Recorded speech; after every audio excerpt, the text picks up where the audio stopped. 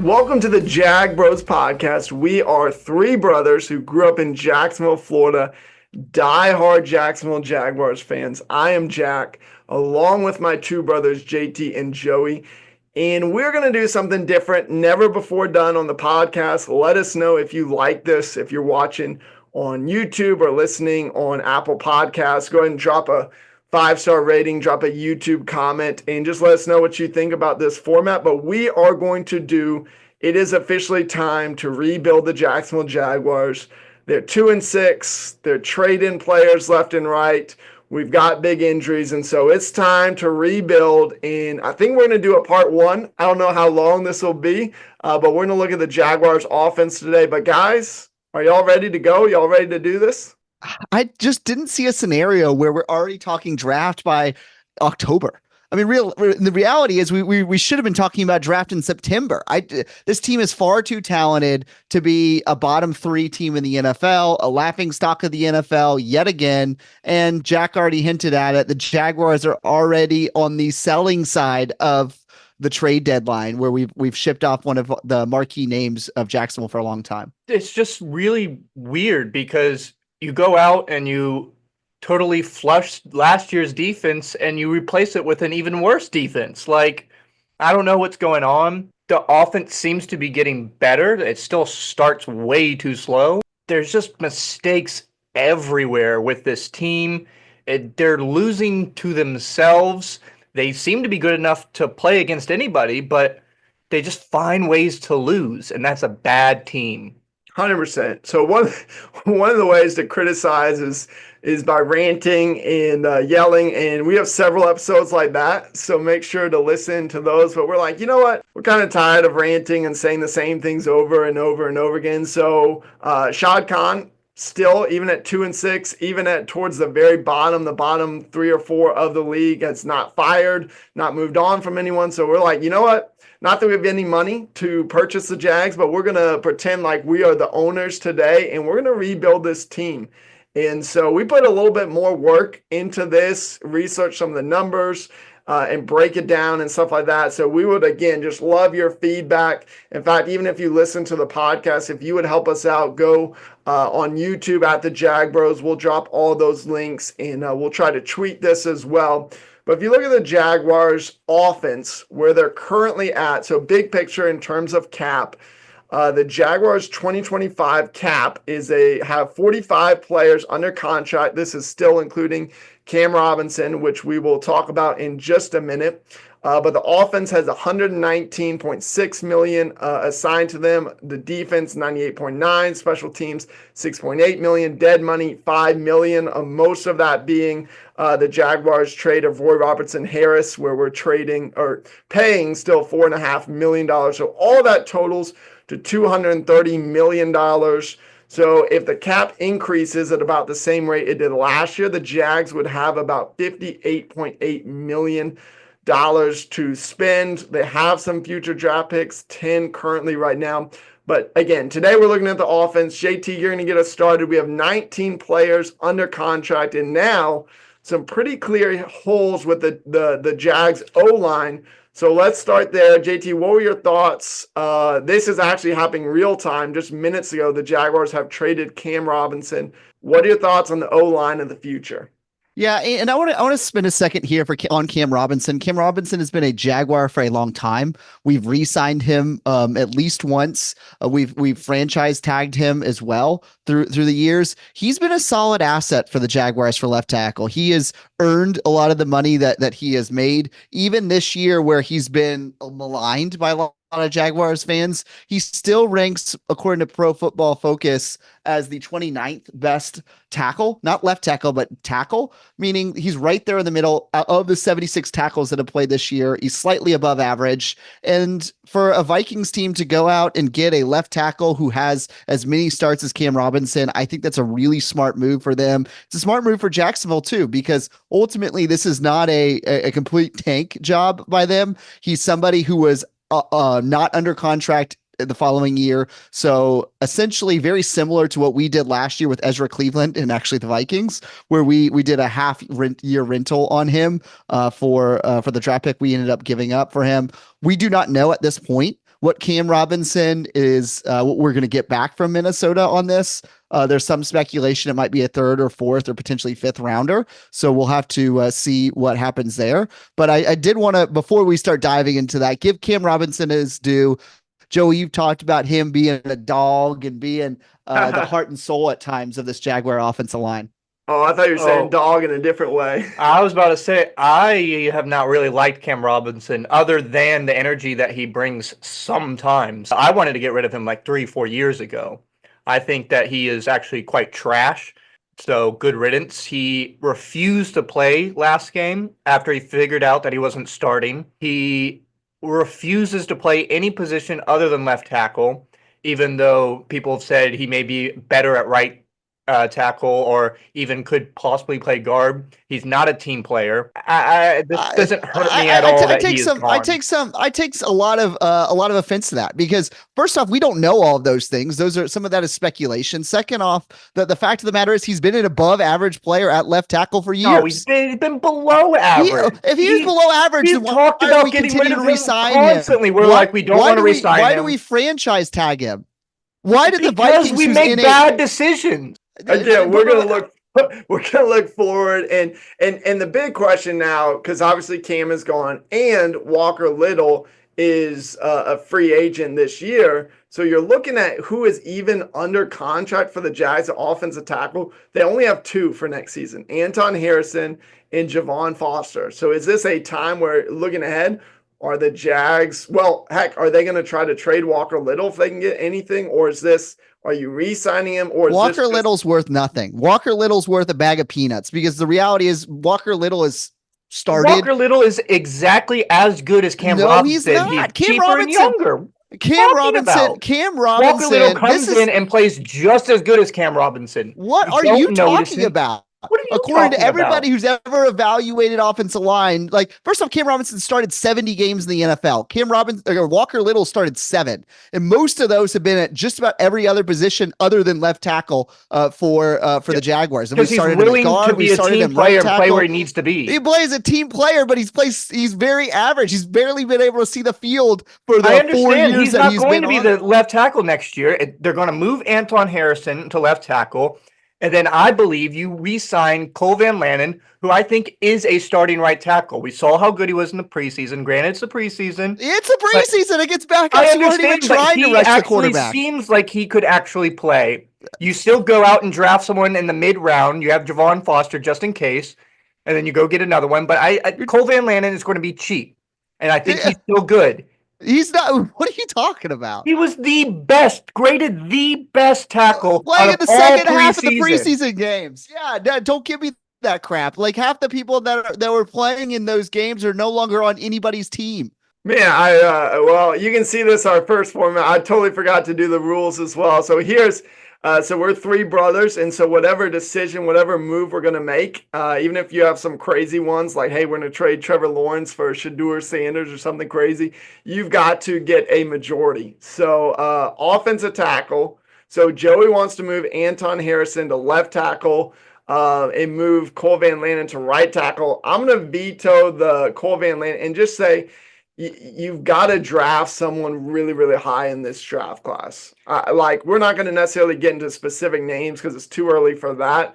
But you've paid now Trevor Lawrence. You can't do anything whether you want to or not, but he's played very well this season. But you paid him $250 million. You've got to now go protect him. And so you've got to prioritize O-line in the free agency and the draft, because an offensive line of Anton Harrison and Cole Van Lanen, like, defensive ends are going to have a field day against that. Anton Harrison, I believe, is a very good tackle. We haven't seen Cole Van Lanen other than the preseason, so I'll grant you that.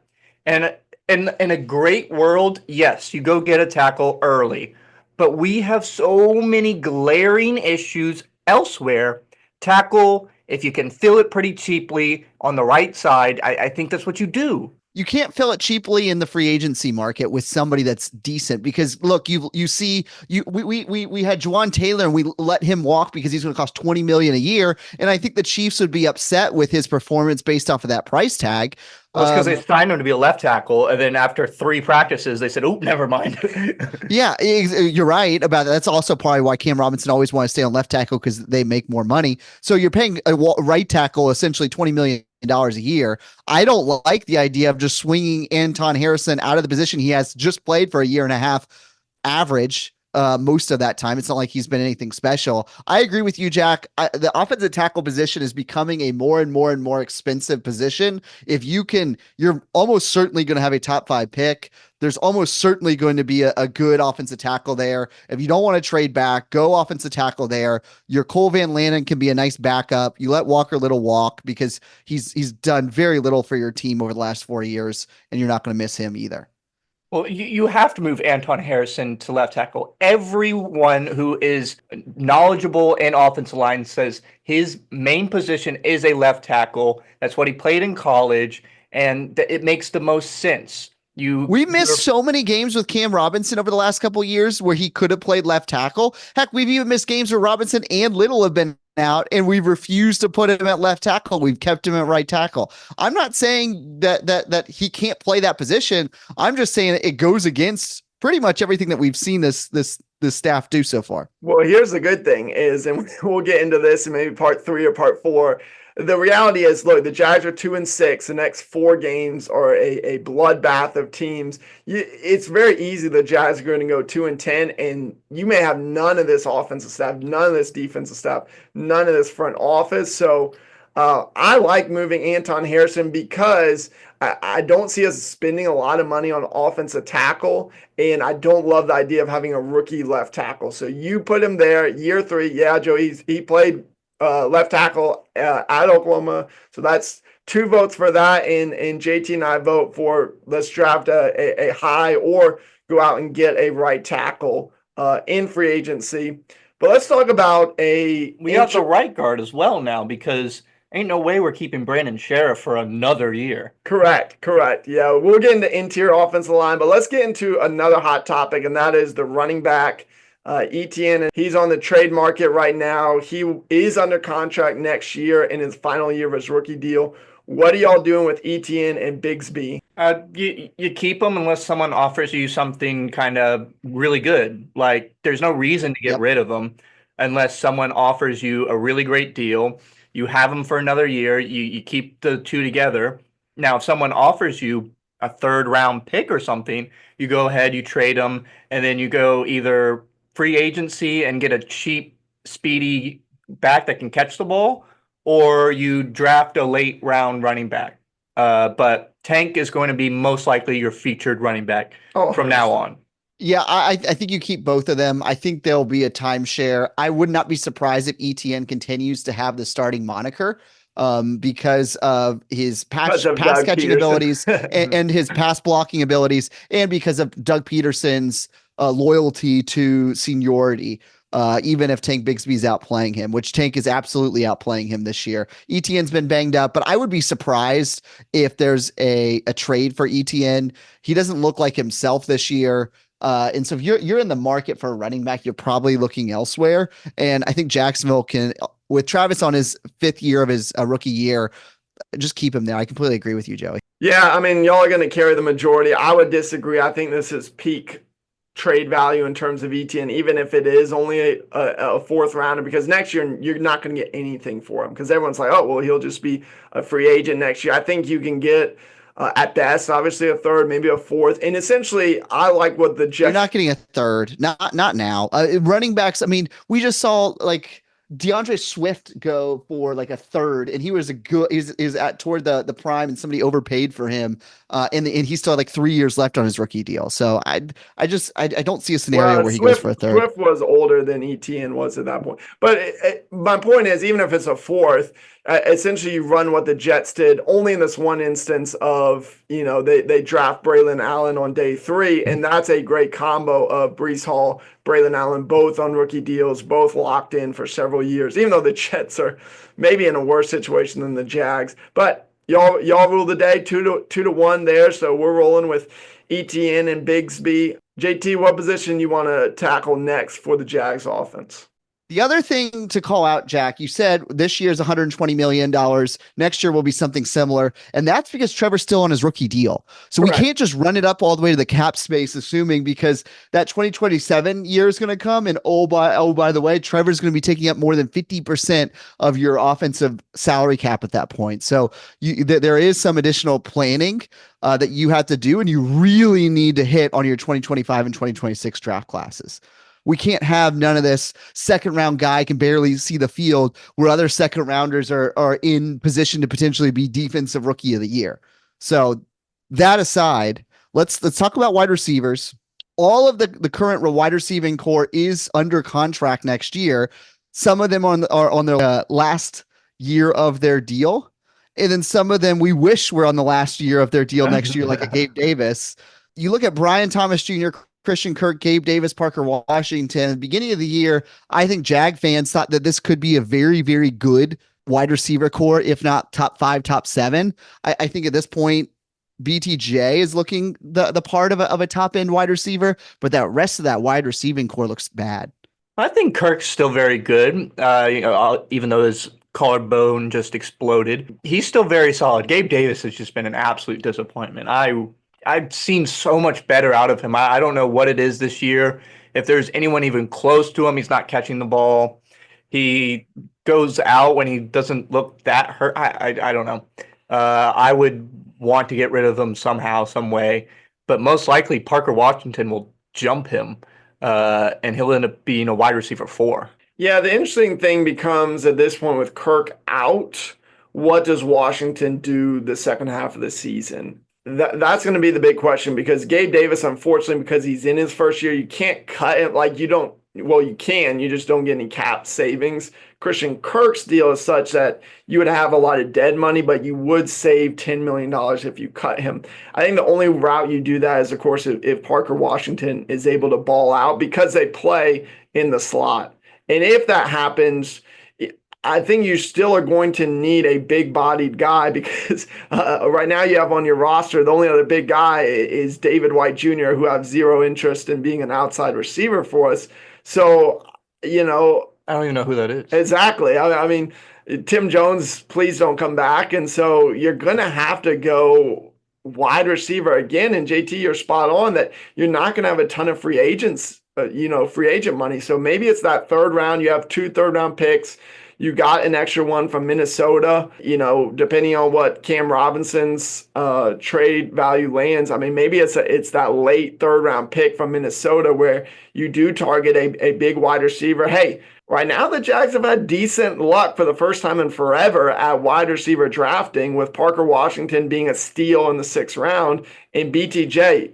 JT, you need to say he looks absolutely the part. He's 6th in the NFL in terms of receiving yards. And this was a guy everyone said is raw, and he's dominating. I mean, this could go down as one of the best draft picks in Jaguars history. Oh, I mean, he looks like a Justin Jefferson or a Chase. Like, he looks that good his rookie season. Which I keep saying, like, imagine how bad this team would be if BTJ did not pan out. Like, or if we're like, if Tank did not pan out. If we're starting Dearness Johnson the rest of the time, that's terrible. But here we go. Hot off the presses, guys. You ready for this? Cam Robinson. We are getting a 5th round pick that could become a 4th round pick. That's a pretty good deal, I think. Yeah. I was expecting a 6. How many 6th round we've been picking up lately? So I think as long as he doesn't pick. I'm not entirely sure about all the details, but I think it's as long as he plays a number of games, meaning he doesn't get injured, it's most likely going to be a 4th at that point. So stay healthy, Cam. Awesome, Cam. Bring in that compensation. Give us that. But let's move on to offensive guard now, because there's going to be a glaring right guard hole.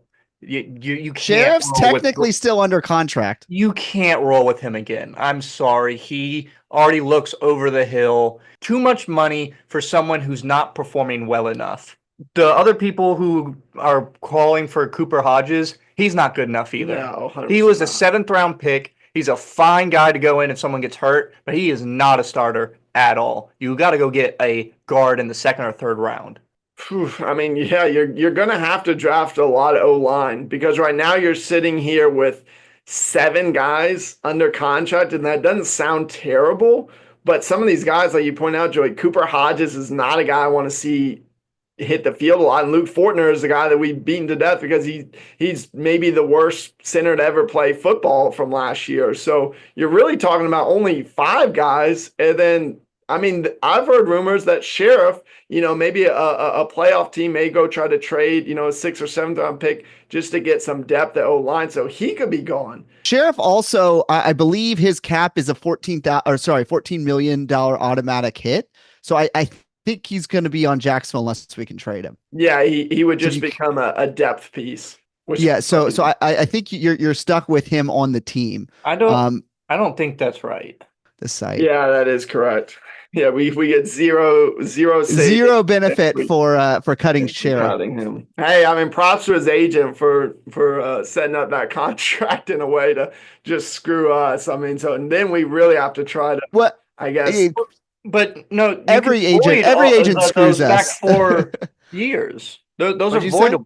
Those are void years. Correct. After this year. So you're right. Yes. Yeah. So 2025, you still have to pay Sheriff 14. I mean, you can cut him, but you save nothing. But you're correct, Joey, that after that year, all those years are voidable. Correct. But he will almost certainly be a Jaguar next year unless you trade him for a 7th round pick. But even if you trade him for a 7th round pick, most likely the Jaguars are going to be eating some, if not all, of his cap space.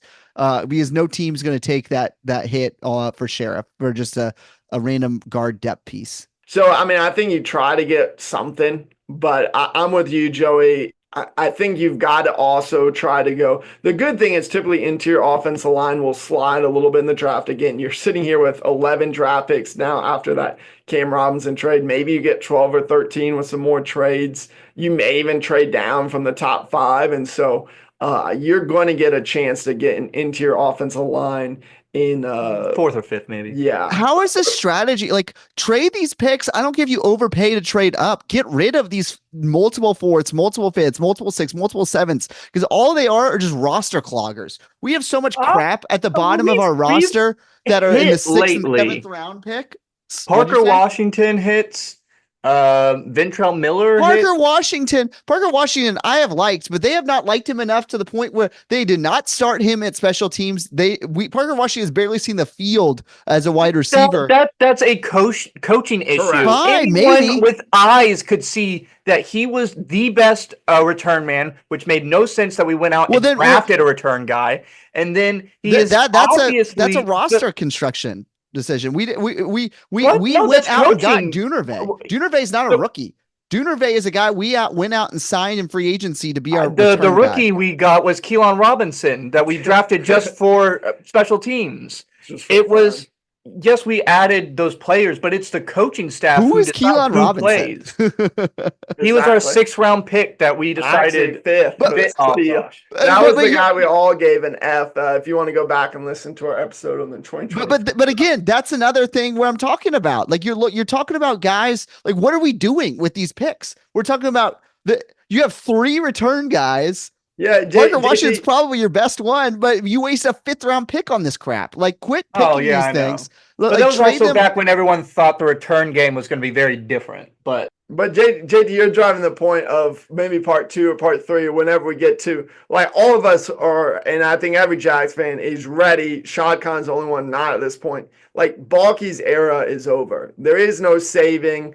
I mean, somehow he seems to keep limping along, but in this scenario, I disagree with you. In this scenario, we're moving on. Like we have majority rule of what the Jaguars do, and we'll get into it. But we're obviously all moving on from Trent Baalke. I got some bad news for you, Jack. I don't think we're moving on from Trent Baalke. The I way agree that with Brenton you, Joey. Strange has stepped up, the way that Tank has played, the way that Parker Washington has played, matter. And I agree with Ventrell you, Joey. Miller has stepped up. They are not most likely going to get rid of him. Now, he has had some glaring issues. Mason Smith is a weird thing going on there. He has to show up next year. Like, if he doesn't hit, that's a huge miss on us. And then I don't understand what his issue with edge is, but he just doesn't give us any edge players. That's his I think his biggest glaring issue.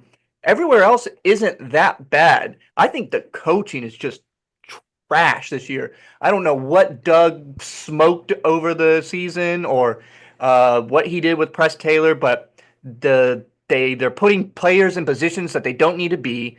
We have so many mistakes, so many pre-snap penalties. The defense is just absolutely atrocious. That's just all coaching. I think Doug Peterson is more likely to be fired than Trent. I would not be surprised if all of them are fired, but Joey, odds on, I would definitely take Doug being fired over Trent. Yeah. I mean, he will be fired first. But again, we're not factoring in the Jags are 2-6.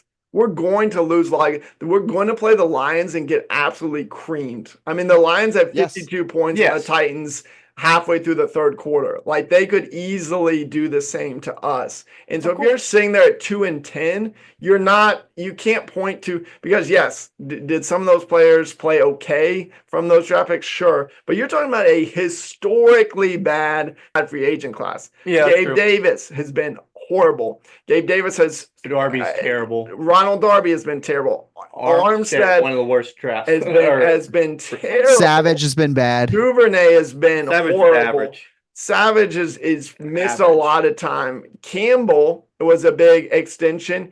He has not gotten on the field very much. And then Josh Hines-Allen is not playing at an elite top 3, top 5 level pass rusher. So that is also on coaching, I believe, with Josh Allen, because what do? Your guy gets 17 and a half sacks in a season. You know what we should do? Let's change his position, put his hand in the dirt, and move him more to the inside. Why in the world would you do that?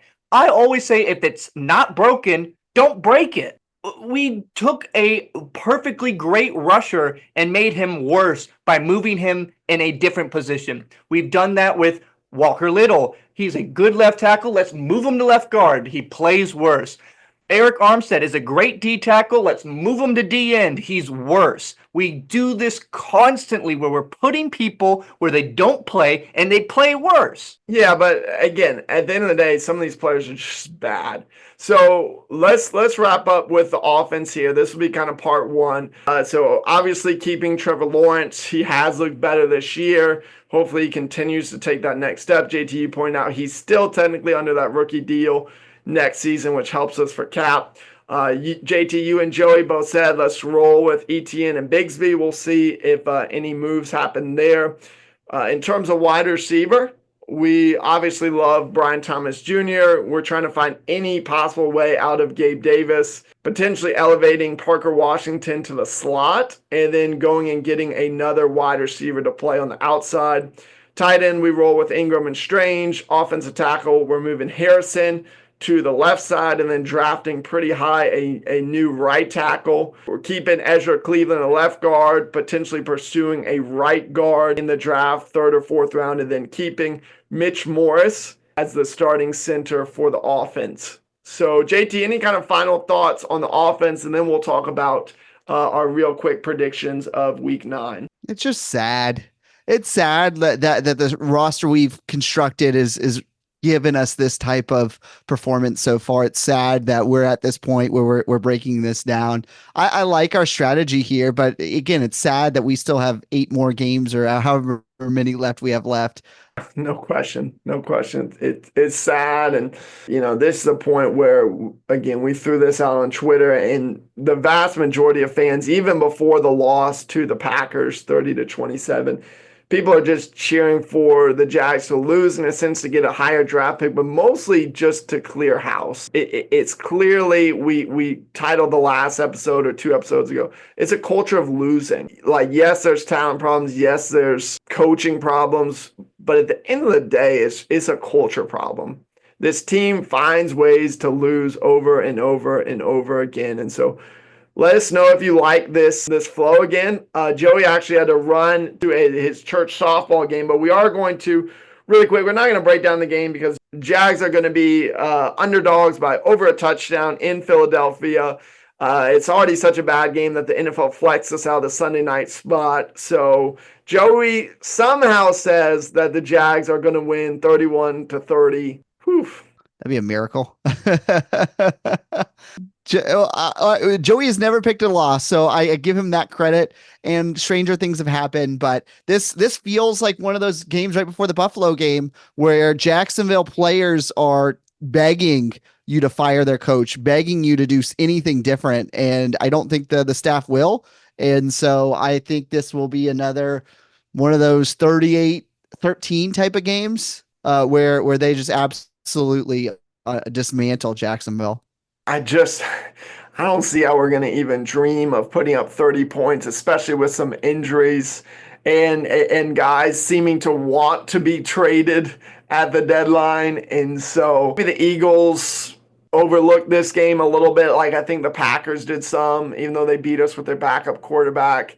Maybe it's closer than we think, but I'm going to go with give the Eagles 35 points because everyone scores over 30 on us, and give me 20. You know what? We'll make it a 2-touchdown game. But I don't like the Jags to cover the spread. I like it to be another double-digit loss. We are just in a free fall. I think that Cam Robinson pick was actually a 2026 fourth round pick. So that just goes back to what you were saying a while ago, Jack, that you think this is that we're keeping Baalke because he's making these picks that are well out into the future. I mean, he definitely feels confident. There's no question that he has weaved his way into, just blaming this all on coaching and not on player and personnel. But again, I come back to here's the hope, Jaguars fans. If this thing falls completely apart, if we're 2-10 and this team is quitting and we go finish with 3 or 4 wins for the season, you are not bringing back Trent Baalke.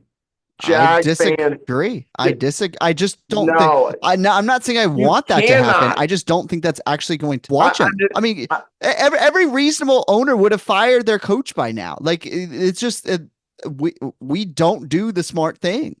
We're going to keep him. You just have to accept that's the reality that we live in. No, not when you have this move to go get the stadium of the future. You will not. Jags fans will be too loud, too upset. There's already been several times where Jags fans have gotten loud and Doug Peterson or Shad Khan have said, hey, we hear the fans. We made this move because of it. And I guarantee you, if we're getting blown out 30, 40 points by the Lions, 20 points the Eagles, getting embarrassed all these home games. Shad Khan is a businessman. He does not want to lose a ton of money. Yes, he has not done us any favors in terms of football, but if fans stop showing up because the product is so horrible, he will make. I'm just telling you, if we go 3 or 4 wins, the fans are showing up because the fans right now, it's there's more Packers fans than Jaguars fans. Correct. And we just had back-to-back London games, which is so great for our revenue. That Shad Khan couldn't be more proud of this team. Is because it's a great business decision going to London. It's all this other stuff. Like we are so far away from him actually being upset with where the franchise is. They just got a whole new stadium that the city is paying for. Shad Khan is a business person. You're right. He's not a football guy. He could care less about how good this team is. All he cares about is making money, and he's certainly going to be making money with Jacksonville. So I think he's rather happy with what they're doing, and he trusts Baalke to continue to draft players like Brian Thomas Jr. So I just disagree that this is a guaranteed that he's going to be fired. I just don't think it's going to happen. It depends. Again, it depends on how the Jags finish. If they get back to 7-10, yeah, I mean there's a world where I do see, but it's going to be blamed on coaching. Yes. If it's 7-10, but I'm telling you, if it's 3 to 4 wins, it's too much. You're making an argument for where the Jaguars are right now at 2-6. You don't realize the difference of losing another 8 or 9 games and only having another win or 2, and being the laughing stock of the league. And the Packers travel well. You're going to play all these teams like the Titans and other teams that aren't going to show up, and the stadium's going to be a third full. So again, we'll get into more of that. This is part 1. Drop your thoughts. Even if you listen to the podcast, do us a big favor and go over to YouTube. It's a great way to interact with us and just share your comments. Let us know what you thought of rebuilding the Jaguars offense. We're going to get into the defense in the future. We're going to get into coaching staff and general manager and other stuff throughout the season. But let us know your thoughts. Our most watched video on YouTube for the podcast is like 130 something. So let's hit 200 views on this one. All right, well, let's close this out here with Jack, you and I bringing us home. Boo!